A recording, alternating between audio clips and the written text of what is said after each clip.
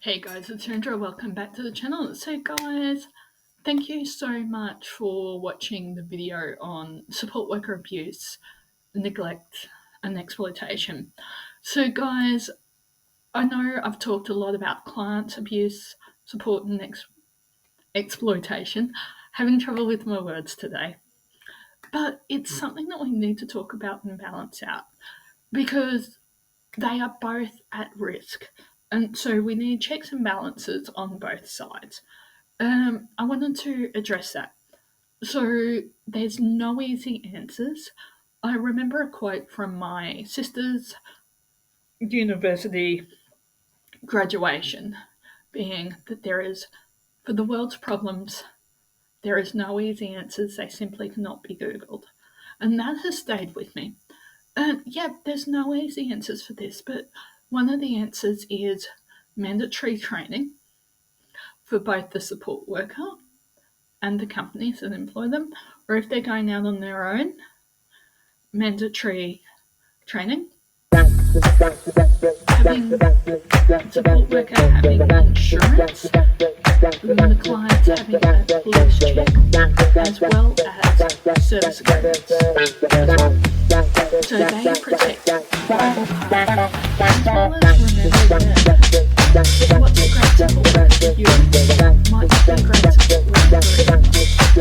And as I've said before, there's no such thing as bad support worker. There might be anyone in the street, badly trained, having a bad day, or unable to control their own emotions. That connect is really good, especially when you're going to going into someone's home, going into the community, going into someone's work, trying to heal that centre. Myths around being a support worker are many and varied. So I've heard everything from my own support team from, oh, it must be easy job, to, geez, I'd love to sit around and drink cups of coffee with clients all day. Geez, you must have it easy just picking people out for coffee. But the reality is the job is so much varied and harder, and it's emotionally tough as well. But guys, some of the answers that we are putting together is having support workers have their own Facebook page, having their own Reddit page. I'm going to investigate if there's a Discord. If there is a Discord, drop it in the comments below. Talking about disability a lot more, because I was posting a blog post on LinkedIn this morning and saw an article about DEI initiatives, so diversity, equity, and inclusion. The one thing that I haven't seen, or particularly not seen, is severe accurate representation of disability. LinkedIn is a professional hiring platform, so I'm very careful of what workplaces I post over there. But this is something that we need to consider, is what blog posts are we considering over there.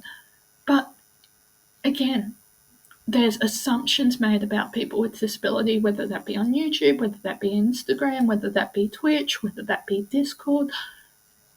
And the biggest one I've faced is in hiring practices.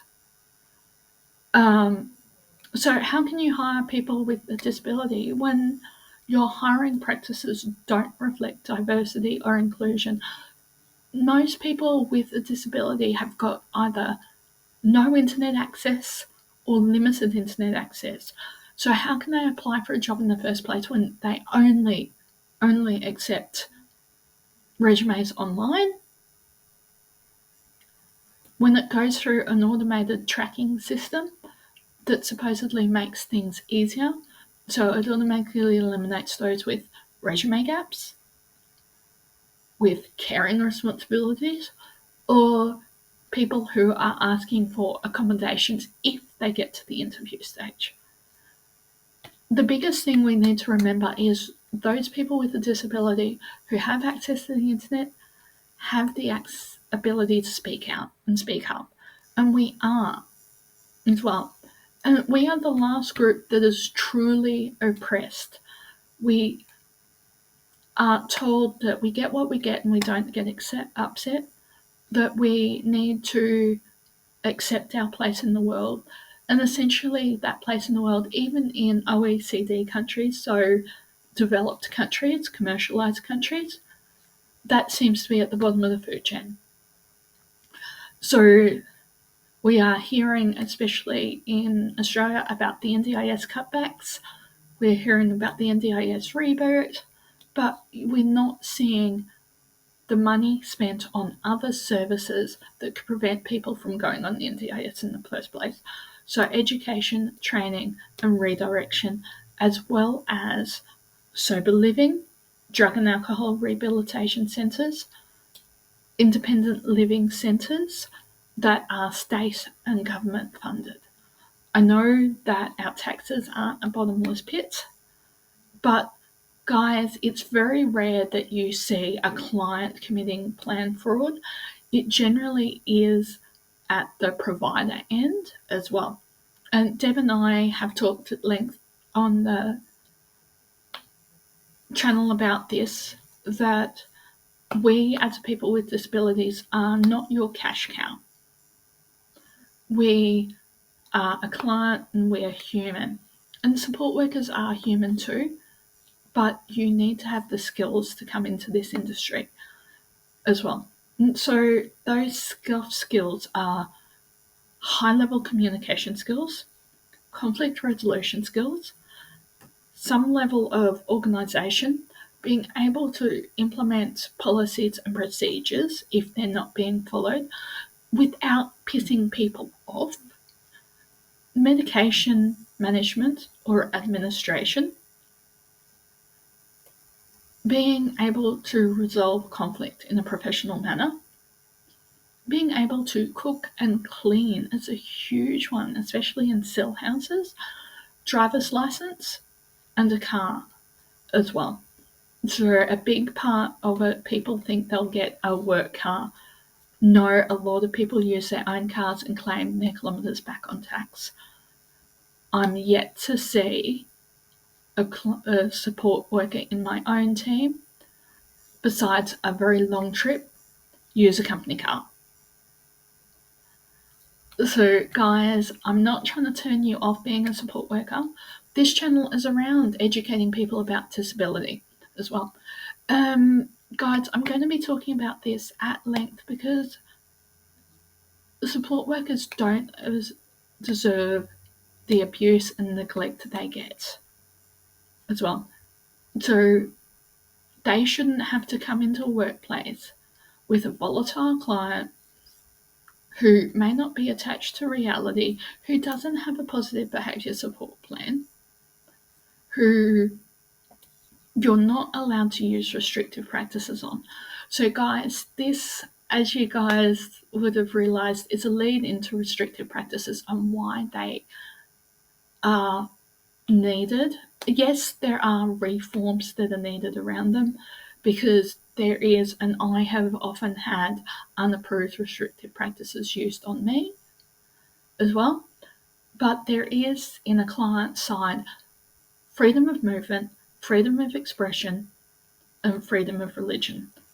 What it doesn't guarantee me is freedom of outcome and freedom from the consequences.